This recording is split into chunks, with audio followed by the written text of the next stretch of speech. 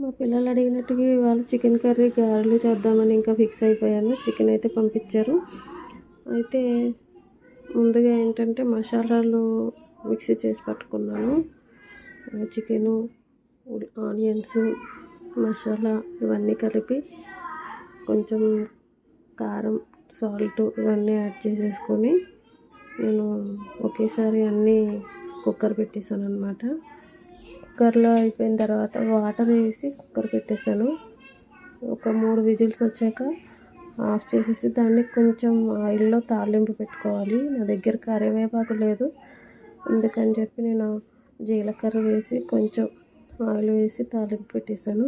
మా అబ్బాయి చూడండి మధ్యలో వచ్చి స్మెల్కే ఆకలి తీరిపోతుంది అని అంటున్నాడు. చాలా బాగుంటుంది గ్రేవీ గారెల్లోకి ఇలా ఒకసారి ఎప్పుడైనా ట్రై చేయండి.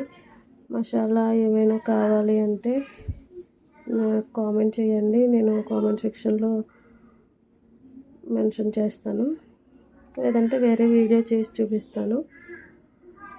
చాలా టేస్టీగా వచ్చింది. చికెన్ కర్రీ అయితే చాలా బాగుంది. చూడడానికి కొంచెం వైట్ కలర్లో ఉంది. పిల్లలకి కారం తక్కువ తింటారని కారం తక్కువే వేశాను. చాలా టేస్టీగా ఉంది. నా వీడియో నచ్చితే ఒక లైక్ ఇవ్వండి, ఛానల్ని సబ్స్క్రైబ్ చేసుకోండి. Thanks for watching. Bye bye.